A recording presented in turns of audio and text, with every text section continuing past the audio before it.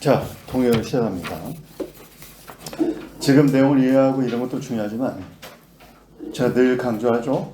12월 달에 확실하게 볼 수 있도록 만드는 게 가장 중요합니다. 그러니까 어제 했던 것 같은 경우도 여러분이 지금 내용 이해 같은 경우는 조금 안 되면 저한테 질문해도 돼요. 근데 내용 이해하는 것보다 더 중요한 건 뭐다? 시험 막판에 12월에 볼 수 있도록 만들어 봅니다. 그걸 꼭 기억해야 돼요. 그렇다면 어제 했던 거 한번 복습해 봅니다. 14페이지 한번 펼쳐보세요. 자, 제목 먼저 볼게요. 법의 노조 통보 처분하면은 옆에 세 단어 정도가 써 있으면 되겠어요. 첫 번째, 법의 노조 통보 자체는 처분이다. 두 번째, 처분이니까 구체적 위임이 필요하다. 세 번째, 위임 없이 시행령의 근거에서 했으니까 법률요구 원칙 위반이다. 세 단어죠. 처분, 구체적 위임, 법률요구 원칙. 이 세 단어를 떠올리면 되는 겁니다. 그럼 판례 하나 클리어한 거죠, 지금. 넘어가고. 다음 2번이에요. 새마을금고 중앙회와 개별금고 얘기인데요. 여기선 첫 번째, 판례에서 다루진 않았지만 이런 공법적 단체의 정관은 뭐다? 자치법규다. 포괄이행 가능하다. 두 번째, 그렇지만 국민의 권리 의무와 관련된 본질적 내용은 법률에 위임이 필요하다. 세 번째, 중앙회 회장이 정관에만 근거해서 개별 금고가 아니라 개별 공고의 임직원에 대한 제재 처분하는 거, 이건 안 된다는 거죠, 지금. 세 번째만 기억하면 되겠습니다. 1, 2번은 이론적 설시고 세 번째만 정확히 하면 되겠어요. 넘어가고. 다음 3번입니다. 3번은요. 도로에서 음주운전은 형사처벌은 가능하지만 행정제재로서 운전면허 정지나 취소 안 된다. 이거였죠. 넘어가고. 네 번째 판례입니다. 국공립 교원에 대한 보수는 얘도 공무원이잖아요. 교육공무원. 공무원에 대한 보수는 법정주의입니다. 다만 수시로 변하는 상황에 관해서는 하위법령 위임이 필요하다. 이거죠. 특히 보수 같은 경우는 해외 파견 공무원에 관련해서는 환율이라든가 여러 가지 경제적 사정이 수시로 변할 수 있기 때문에 하위법령이 위임 가능하다. 이거 기억하시면 되겠어요. 그렇지만 기본적 내용은 법정주의가 여전히 관철되고 있는 겁니다. 넘어가고. 다음 행정법 법원에서 1번 사안이네요. 신뢰법 원칙의 대상이 되는 관행은 객관적 사실만으로 X죠. 의사가 피어나는데 이러한 묵시적 의사를 추단할 특별한 사정이 있어야 된다. 만약에 주관식이라면 특별한 사정, 일정한 의사를 행정체의 의사를 추단할 만한 특별한 사정이라는 단어가 눈에 보여야 된다. 자, 객관적 지문으로는 객관적 사실만으로는 신뢰보호 가치가 있는 행정관에 인정할 수 없다. 이것만 기억하면 되겠습니다. 따라서 여기에서는 행정관의 객관적 사실 플러스 특별한 사정 이렇게만 적어놓으면 되겠네요. 다음 두 번째 판례는 그렇게 중요한 판례는 아니었어요. 콘도미니엄은 금지행위에 해당되지 않는다. 이거는 그냥 법령 해석을 해준 거에 불과하기 때문에 허가를 해주겠다는 예적 승인으로서 금지 해제를 해주겠다는 공적 현의 표명은 아니다. 근데 판례는 뭐라고 얘기했다고요? 공적 현의 표명도 아닐 뿐더러 보기도 어렵지만 보더라도 소극적 요건인 공익과 이익 형량을 해보니까 이거는 안 해주는 것이 더 맞겠다. 이렇게 갔다고 했어요. 넘어가고. 국적 비보유 판단 관련해서는 부모의 기책 사유를 갓난아기의 기책 사유로 귀속시킬 수 없다는 거였죠. 이것만 기억하시면 됩니다. 부모의 그런 귀책 사유를 갓 태어난 갓난아기의 귀책 사유로 볼 수는 없다. 따라서 본인의 귀책 사유가 인정되지 않기 때문에 보호가치 있는 신뢰 인정된다. 그런데 선행조치로서 주민등록 부여에 반하는 국적 비보유 판단은 신뢰보호 원칙 위반이 된다는 거죠. 지금 갓난아기의 귀책 사유로 부모의 귀책 사유를 귀속시킬 수 없다는 겁니다. 꼭 기억하시면 되겠고. 네 번째 판례는요. 의제제도와 관련해서는 동시 신청 의무는 없다. 근데 예외적으로 건축허가 또는 건축신고도 포함되겠죠. 개발행위 허가 같은 경우는 동시 신청, 동시 심사를 해야 된다. 다만 이런 경우에도 개발행위 허가 요건을 못 갖췄을 때는 묵시적 전제로서 건축허가 먼저 해줄 수 있다. 기억나죠? 그런데 만약에 개발행위 허가를 받을 수 없도록 확정됐다면 건축허가만 발령되면 어떻게 돼요? 이건 위법하다. 따라서 직권 취소해야 된다. 여기까지 기억하면 되겠습니다. 이미 주관식으로도 나온 시험이니까 꼭 알아둬야 돼요. 다음 5번, 6번은 중요했어요. 14조 2항, 3항 관련해서 2항 신청 후 처분 전에 법령이 개정되면 원칙 처분 시에 신법이 적용된다. 예외 신뢰보호와 신의칙 두 단어 딱 기억하면 되는 거예요. 주관식에서. 지금 제가 얘기하는 것 중에 이해 안 되는 건 체크를 해놔야 돼요. 지금. 어차피 두 번째 사이클 돌 때 다시 한번 해야 되니까. 다시 한번 14조항 신청 후 처분 전 법령 개정되면 원칙 처분 시에 신법이 적용된다. 예외 신뢰보호에 반하거나 신의칙에 반할 때는 국법이 적용된다. 3항은요. 사망은 행위시법주의 원칙에 따라서 위반 행위 시에 구법이 적용되는 게 원칙이다. 예외는요, 유리하게 변경됐을 때. 넘어갑니다. 그 내용이 지금 특히 6번 같은 경우는 별표 쳐놓으라고 했어요. 타 시험의 사례로 나온 거니까 이건 알아둬야 됩니다. 조례가 개정이 됐는데 개정조례를 적용한 거 문제 없다고 나왔어요. 왜 나왔냐? 넘어가서 보니까 지금 사안 같은 경우는요, 14조 2항이 적용되는 사안이죠. 신청 후에 처분 전에 조례가 개정됐단 말이지. 개정조례를 적용했는데 얘는 원칙으로 그냥 간 거죠. 왜? 신뢰보호 원칙 위반 아니다. 신의칙 위반 아니다. 왜요? 신뢰보호 관련해서 어떤 단어가 있었어요? 입법 예고가 있었다. 입법 예고가 있었기 때문에 충분히 예측 가능했다는 거죠. 두 번째, 신의칙은 왜 위반이 아니라고요? 신청 후 한 달 내에 조례가 개정됐다는 거야. 즉 합리적 이유 없이 처리가 지연되다가 법령 개정된 게 아니라는 거예요. 이런 것들이 주관식에서 핵심이 된다는 거 꼭 기억하십니다. 어제 여기까지 했어요. 딱 우리가 지금 5분 정도의 복습을 했는데 이런 식으로 여러분 다시 한번 얘기합니다. 이거 지금 판례는 우리가 다음에 두 번째 사이클 나갈 거 아니에요. 그러니까 지금 여러분 제가 얘기하는 것들을 딱딱딱 체크하면서 중요한 건 뭐다? 이런 교재는요 30분이면 볼 수 있게 만들어 버려야 돼. 그냥 뭐 구구절절 볼 필요가 없다는 거야. 핵심이 되는 것만 딱딱딱 찍어가지고 30분이면 싹 훑어볼 수 있게 12월 전까지 만들면 되는 겁니다. 그게 우리 목표라는 거 꼭 기억하세요. 그래서 12월에 시간이 남아돌아야 돼. 행정법 관련해서는. 지금 여러분이 지금 안 돼 있는 거 딱 하나 사례거든요. 사례는 제가 10월 초에 강의를 할 건데 시간 안 되는 분은 인강으로 들어도 좋고, 그리고 우리 반은 이번에는 책으로 안 나오고 PDF 파일로 할 건데 우리 반은 한글 파일을 보내드릴 테니까 대신 한글 파일은 외부 유출을 하면 안 돼요. 대신 여러분이 편집할 수 있으면 편집해가지고 그걸로 봐도 좋겠습니다. 그거는 쟁점 답안지보다 더 압축이 되어 있으니까.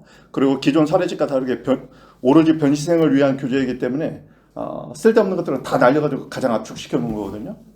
그리고 별로 중요하지 않은 판례 같으면은 거의 중요하지 않은 쟁점 같은 경우는 막 학설도 날리고 거의 판례 위주로 그렇게 만든 교재니까 나중에 그걸로 학습해도 상관없습니다. 막판에.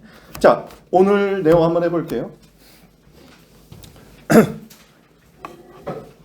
자, 먼저 1번 판례를 봅니다. 문화재 수리법 명의대여 금지 규정. 명의대여 관련된 규정들이 상당히 많은데 이것도 뭐 B급이나 C급 정도로 처리하면 됩니다. 그게 중요한 내용은 아니겠어요? 자, 사안 같은 경우는요, 명의대여 금지 규정은 강행 규정이라는 걸 기억하면 되겠습니다. 예상 지문에서는 하나, 효력 규정이나 강행 규정 체크하고. 사실 공법은요, 민사는 임의 규정이 더 많지만 공법은 거의 다 강행 규정이라고 보면 돼요. 효력 규정이기 때문에 이런 강행 규정, 효력 규정 위반은 무효다. 무효가 핵심입니다. 별표. 강행 규정, 효력 규정을 위반하면 무효입니다. 취소 사유가 아니에요. 왜? 취소 사유로 가면은 권한 있는 기관에 의해서 취소되기 전까지 유효하게 봐주잖아요. 이건 유효하게 볼 수가 없는 거거든요. 지금. 명의대여 자체는 금지시켜버렸기 때문에 명의대여를 만약에 취소 사유로 본다면 한시적으로 유예해질 수 있잖아요. 그럴 수 없다는 거예요. 그냥 이건 효력 규정으로 그냥 무효로 가야 된다는 거야. 따라서 두 번째 지문에서 보면은 이걸 위반했어요. 거기 보니까 자, 수험 팁으로 이것도 제가 객관식 할 때 많이 하는데 심표가 찍혀 있으면 꼭 잘라서 앞뒤 지문을 봐야 돼요. 얘가 틀리고 얘가 맞는데 끝에만 보고 맞구나. 그래서 잘못 체크하면 안 된단 말이에요. 그러니까 심표 앞뒤 문장이 끊어질 때는 문장 자체를 봐야 돼요. 2번 보면요. 심표 앞에 봅니다. 강행 규정에 해당하고 이건 맞아요. 그런데 뒤에 보니까 이를 위반하면 무효다. 세 단어만 체크하면 되네요. 강행 규정, 위반, 무효. 근데 취소는 하자 이랬으니까 틀렸죠. 자, 2번. 2번이 가장 많이 나온 내용이니까 별표 칩니다. 이런 것들은 사례형 객관식으로 또 나올 수 있단 말이죠. 자, 법무사 같은 경우는 사무원을 뽑을 때요, 지방 법무사회의 승인을 받아야 됩니다. 승인을 받아야 되는데 승인을 안 해준 사안이에요. 지금 여기는 지방 법무사회에서 사무원의 인원을 정해놓고 어느 정도 인원 규율을 하고 있는 것이죠. 특히 법원 공무원들도 많이 들어가고 그러다 보니까 이렇게 인원 규제를 하고 있어요. 자, 여기서 우리가 꼭 알아야 될 것. 첫 번째, 제일 중요한 것은 원고 적격입니다. 1, 2, 3이 있다면 가장 중요한 건 원고 적격의 문제예요. 사례형 객관식으로 나올 수 있으니까 꼭 알아둬야 돼요. 자, 보세요. 법무사가요, 사무원을 고용합니다. 고용하면 신청을 해야 돼요. 어디에? 지방법무사회.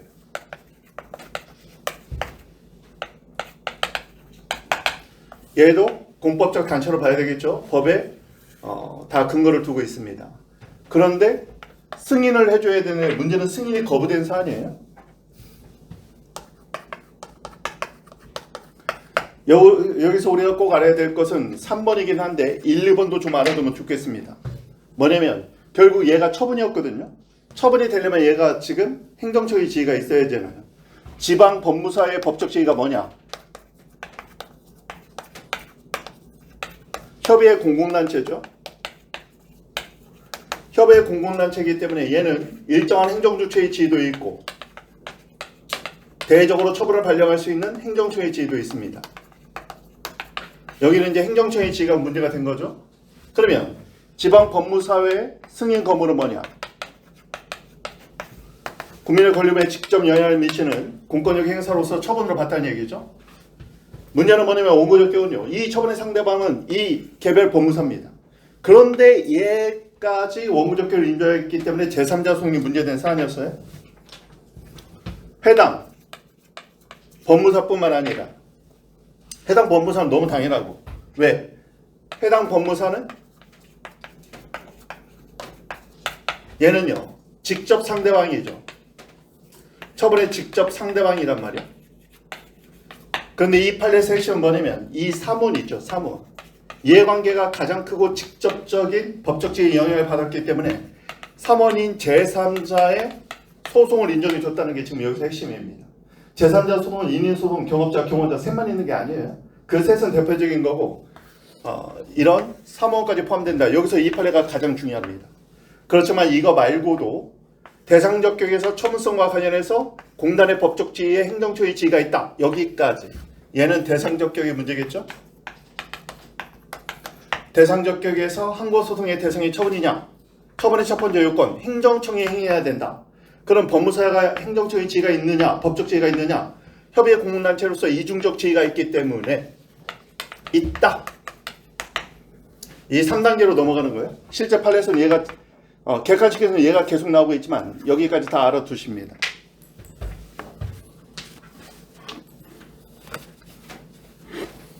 자, 그 정도 보면 되겠고요. 넘어갑니다.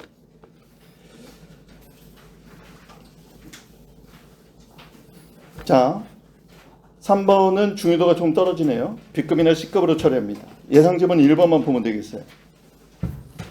자, 계약 담당 공무원이 입찰 절차에서 그 다음에 이제 가로를 묶어줍니다. 지방자치단체를 당사자로 하는 계획에 관한 법률 가로를 묶어줍니다. 마치 국가를 당사자로 하는 계약에 관한 법률하고 똑같죠. 지금 국가계약법처럼 지방자치단체 계약법입니다. 이에 근거한 계약은 사법상 계약으로 보고 있는 거죠. 다만 계약 담당 공무원의 두 번째 줄 세부심사 기준에 어긋나게 했다는 것만으로 무효는 아니다. 이렇게 봤어요. 세부심사 기준에 어긋나는 게 왜 당연히 무효는 아니냐. 세부심사 기준 옆에 줄 빼고 내부 기준이죠. 그냥 내부 기준에 불과하기 때문입니다. 별로 중요한 내용은 아니었다. 거기 위에 보면 양가로 1번에 그 화살표 있죠. 해설해 놓은 것. 지방계약법의 절차를 일방 당사자의 내부 절차로 보는 기준의 입장을 유지한 걸로 우리가 이해하면 되겠습니다. 내부 절차 규정에 불과하다. 세부심사 기준은 내부 절차 기준에 불과하다. 따라서 이거는 무효로까지는 되지 않는다. 그렇게 중요하지 않습니다. 우리가 객관식에서는 공식 중에 이게 있었죠. 오히려 많이 나오는 거. 국가계약법. 국가계약법에 따른 계약은 사법상 계약이다. 처분이 아니고 사법상 계약이다. 물론 국가계약법에 근거해서 공법상 계약을 체결할 수 있는 근거도 있긴 해요. 그런데 판례로 나온 것들은 대부분 이 사법상 계약을 내고 있어요. 그런데 이런 계약을 의무 불이행하고 그랬을 때 국가계약법에 근거해서 나중에 뭐 공기업법 이런 것들과 연결되는 입찰 참가 자격 제한,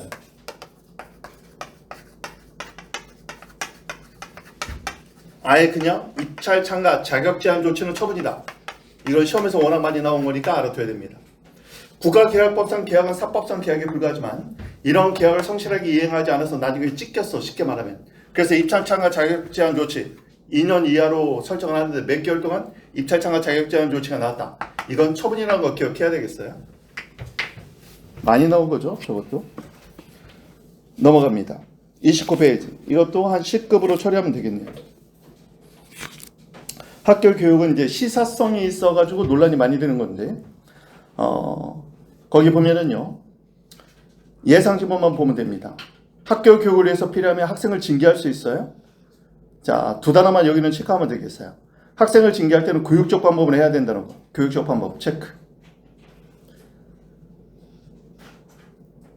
그리고 법령에 규정이 없는 두 번째 줄에서 핵심은 규정에 없는 징계 처분을 할 수 있느냐? 이거는 엄격하게 해석해야 된다고 봤어요. 법령에 규정이 없는 징계 처분 엄격하게 해석해야 된다. 그래서 사안은 학교 내 봉사활동 명령을 내릴 수는 있는데 사과편지까지 작성하게 한 거 이거는 잘못됐다 이렇게 나온 사안이에요. 학생 인권 조례 이런 것들도 중요해졌기 때문에 교육적 재량이 폭넓게 인정된다고 법에 규정이 없는 징계까지 할 수 있는 것은 아니다. 이 부분은 엄격하게 해석하겠다. 따라서 학교 내 봉사에 사과편지하고 봉사하고는 매칭이 안 된다고 본 거예요. 쉽게 말하면. 야, 학교 봉사가 이게 사과편지하고 뭔 상관이야? 그건 아니다. 뭐 별로 중요하지는 않습니다. 넘어가서 사인의 공법행위는 항상 A급입니다. 전체적으로 A급으로 처리해야 되겠죠. 모의고사에서도 나올 수 있고 실전에서도 나올 수 있어요. 꼭 알아둬야겠습니다. 자, 1번 제목부터 한번 볼게요. 개발 제한구역 지정 슬래시 끊어주고. 우리 객관식에서 여러 번 나왔어요. 구역의 동그라미. 자, 여기 보세요.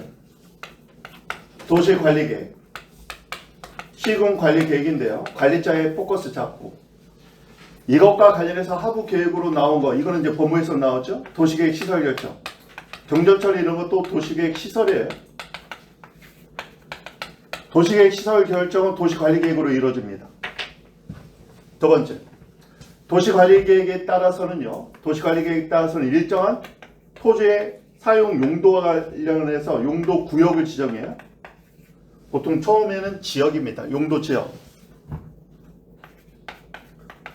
그리고 용도 구역, 용도 지구, 지구 단위 계획 이런 것들을 뉴스에서 많이 봤을 것 같은데 여기서 이 구역입니다. 구역.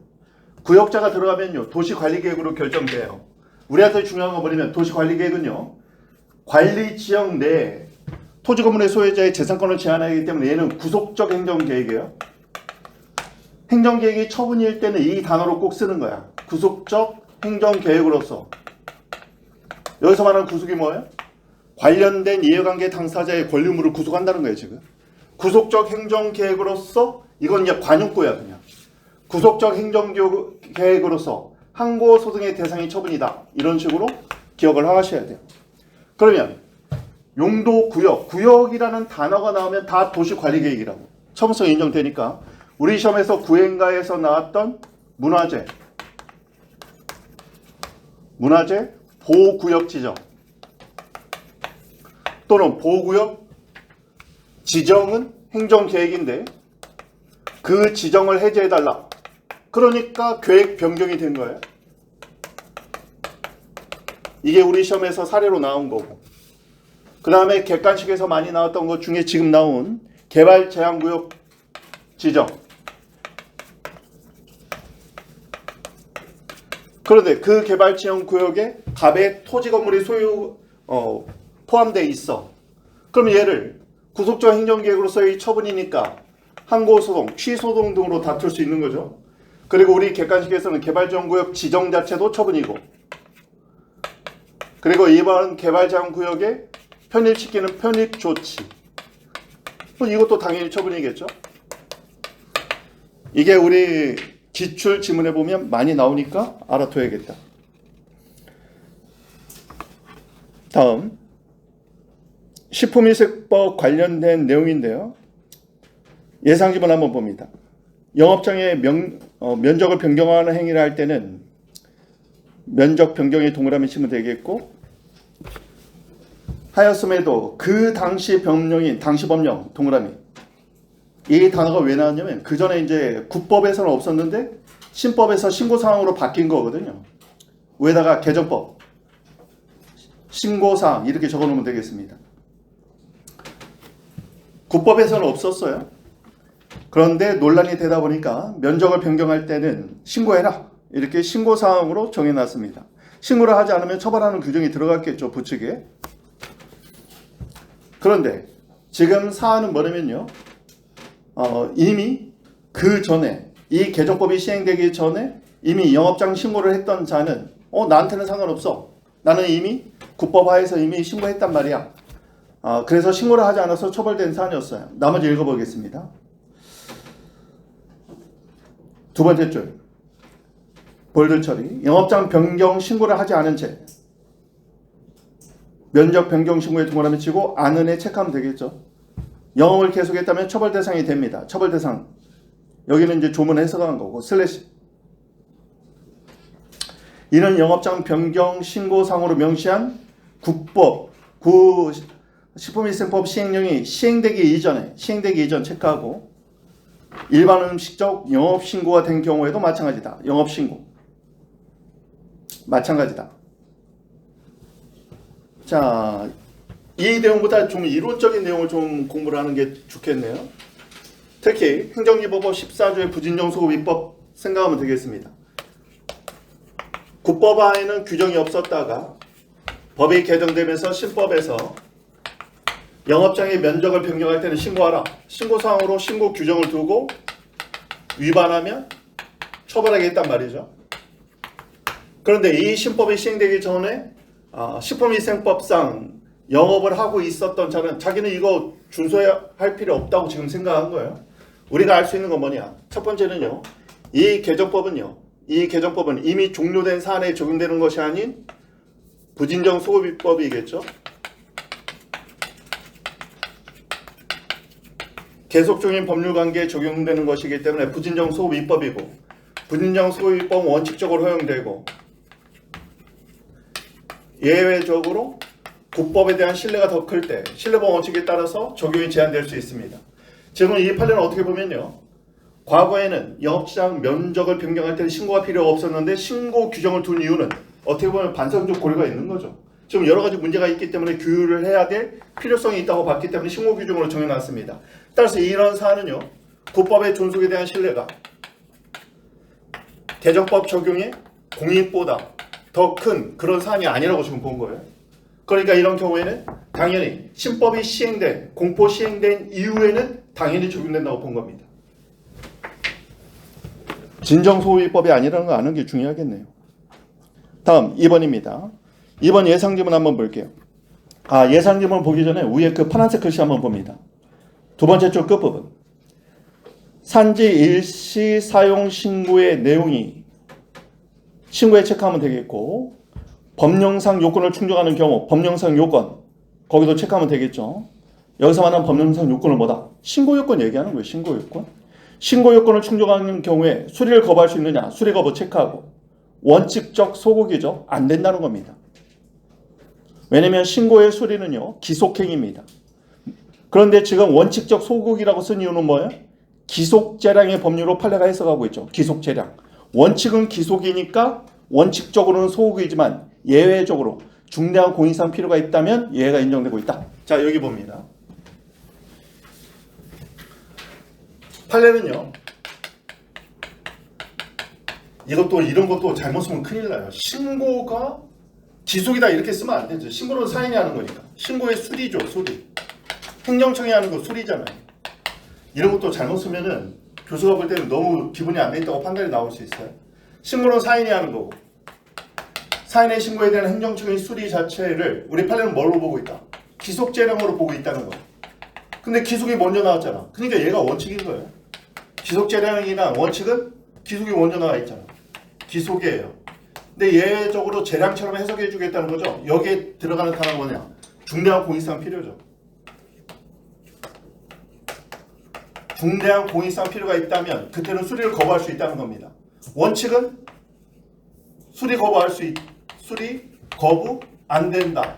이럴 때는 거부가 가능하다. 이 얘기입니다. 근데 이거는 이제 주관식에 쓸 때 이 표현을 다 익혀서 그대로 써야 되겠고, 그런데 객관식에서는 지금 본 것처럼 그 키워드 보세요. 법령에 설정한 사유 외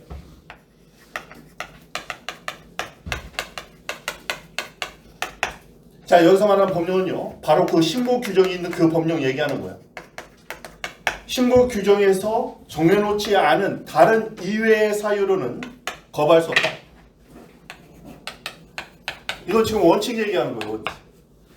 법령의 사유 이외의 사유로는 거부할 수 없다. 그러면 얘는 뭐다? 얘는 지금 제가 썼죠. 근데 두 가지야 사실. 첫 번째는 중대한 공익상 필요. 이게 있으면 항상 얘는 뭐 맞는 키야. 그러니까 항상 수리가 거부가 가능하고. 여기서 이 단어 조심하세요.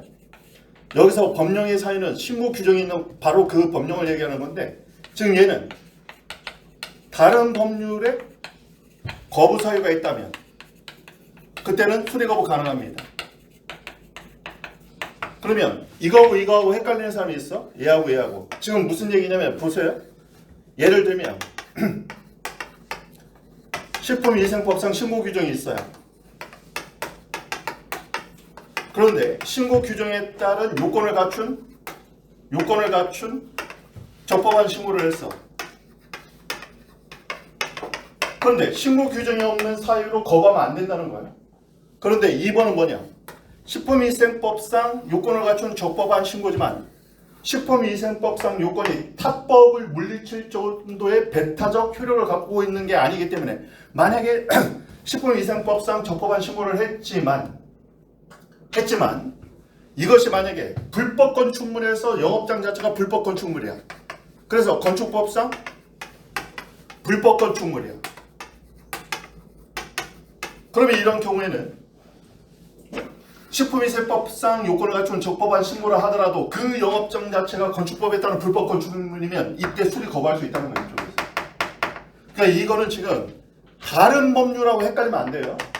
지금 얘가 말하는 건 뭐냐면 식품위생법상 신고 요건을 갖춘 적법한 신고를 할 때는 식품위생법에서 규정하지 않은 어떤 다른 사유로는 거부할 수 없다는 건데, 그럼에도 불구하고 타법의 금지사항을 무마시킬 정도로 얘가 배타적 효력을 갖는 건 아니기 때문에 다른 법에서 금지사항에 저촉이 되어 있다면 그때는 수리 거부할 수 있다는 이 판례가 객관식에 여러 번 나왔단 말이에요. 지금 이것도 나왔고 식품위생법 건축법도 나왔고, 하나는 또 건축법하고 도로법도 있었죠.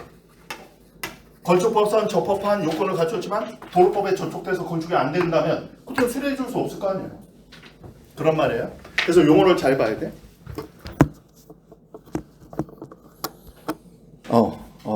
녹음 안 시키는 줄 알고 깜짝 놀랐어요. 자, 그 정도 보시고 다음은 33페이지로 가봅니다. 자, 1번 예상지문 볼게요. 두 번째 줄, 의제 규정을 두고 있지 않더라도 세 번째 줄, 수리된 것으로 볼 수 있다. 의제 규정은요, 이게 어떤 문제점이 있냐. 예를 들면 A 행정청의 권한이 있고 B 행정청의 권한이 있는데, 예를 들면 건축 담당 행정청이 있고 개발허가 담당 행정청이 있는데 얘 권한을 얘가 행사해 버리는 거거든. 그러니까 관련 인허가 담당 행정청의 권한을 얘가 행사하기 때문에 뭐를 변경시킨다? 의제 제도가 딱 나오면 꼭 이걸 써줘야 돼. 위에다가 행정권한 법정규를 변경시켜버려. 행정 권한이 개발행위 허가를 담당하는 권한은 너한테 있어. 그런데 그걸 A가 해버리는 거란 말이야. 따라서 의제 제도는 행정권한 법정규를 변경해요. 따라서 행정권한 법정규를 변경하니까 반드시 법적 근거가 필요해요. 그것도 개별적 법적 근거가 있어야 돼. 두리뭉실하게 추상적으로 정하면 안 돼요. 의제가 어디까지 되는지 의제의 종류 다 정해놔야 됩니다. 그리고 행정권한 법정주의를 위반할 수 있기 때문에 옆에다가 객관식에만 나오는 지문, 의제의 의제도 인정하지 않는단 말이야. 법에 규정이 없는 의제를 전제해서 얘가 의제가 됐으니까 얘를 전제로 또 의제를 시키고 이런 것들을 인정하지 않죠. 의제의 의제. 의제의 의제 이런 거 인정하지 않는단 말이에요. 판례가. 따라서 의제 규정이 없다면 의제 안 돼요. 그런 말이고 2번은 눈으로 빠르게 한번 보세요. 생활 환경, 환경이라는 단어가 나면 광범위한 재량이 있다 이렇게 이해하세요. 환경은 고려해야 될 게 많고 미래 세대를 구속하기 때문에 환경자가 나면 광범위한 재량이 있다. 기출주문 한번 빠르게 읽어보습니다. 자, 거기 같이 읽어볼게요. 인허가 의제 제도는 관련 인허가 행정청의 권한을 제한하거나 박탈한 효과를 가진다는 점에서 방금 얘기했죠. 관련 인허가 행정청의 권한을 주된 인허가 행정청이 대신 행사한단 말이에요. 그게 지금 권한 박탈 효과라고 지금 써놓은 거예요. 반드시 법령의 근거가 필요하다. 그 정도 보시면 되겠습니다. 넘어가서 35페이지. 이미 했던 거죠. 1번부터 봅니다. 키워드만 딱 보세요. 의제제도 신청 의무 없다. 맞는 질문. 2번은 이미 설명했습니다. 건축허가의 부지 확보에서는 사용권뿐만 아니라 건축에 적합한 상태를 유지할 것까지 요구하기 때문에 형질 변경은 부지 확보 요건에 포함이 된다는 거예요. 지금 어제 설명드린 내용이죠. 다음 3번 4번에 체크해 주면 좋겠어요. 답안지에 써야 될 건 3번 4번이네. 2번은 논리적 전제인 거고 지금 개발의 허가를 받을 것을 묵시적 전제로 건축 신고 또는 건축 허가 해줄 수 있다는 거죠. 할 수 없다. 그래서 3번이 틀렸고 4번은요. 그런데 3번 다음에 추가적 조치예요. 4번은 우리가 어제 설명을 했지만 지문으로 확인하는 거니까 4번도 별표 채워놓으세요. 3번 4번 별표. 4번 봅니다. 그래서 묵시적 전제로 건축허가 먼저 해줬는데 신고 수리해줬는데 건축조가 장래에 토지 형질을 받지 않거나 받지 못할 것이 명백해졌다면 건축허가는 어떻게 된다고요? 유법해지니까 직권 취소해야 된다고 했죠. 거기 보니까 적법하다고 볼 수 없다. 밑에 줄 빼고 직권 취소해야 이렇게 적어놓으세요. 행정청은 직권 취소해야 됩니다. 자, 이거는 사례형 객관식으로도 또 나올 수 있으니까 꼭 알아두셔야 됩니다. 자, 36번은 중요해서 내일 하겠습니다. 36페이지 별표 2개 쳐놓으세요. 제가 재판 강의할 때는 얘를 중요하게 보지 않았어요. 중요하게 안 봤는데 3주 전에 노무사 시험에서 얘를 주관식 사례로 냈어요. 그래서 지금은 중요해졌어요. 노무사 시험은 과거에는 제가 무시했지만 노무사 시험에서 나왔던 불고지, 오고지가 우리 시험 넘어온 이후로 노무사 행정제도법도 다 지금 선생님 체크하고 있어요. 근데 올해 시험에 얘를 냈어요. 이 문제는 우리 이순환 모의고사에 반영하겠습니다. 노무사 시험인데 우리 변호사 시험처럼 어렵게 나왔어 보니까. 그래서 한 번 정도 풀어봐야 되니까 내일 이 부분 좀 자세히 설명을 한번 드릴 거니까 여러분은 뭐 찾아보고 이럴 필요는 없어요. 제가 직접 다 설명해 드릴 테니까. 오늘은 여기까지 하겠습니다. 오늘도 힘내세요, 여러분.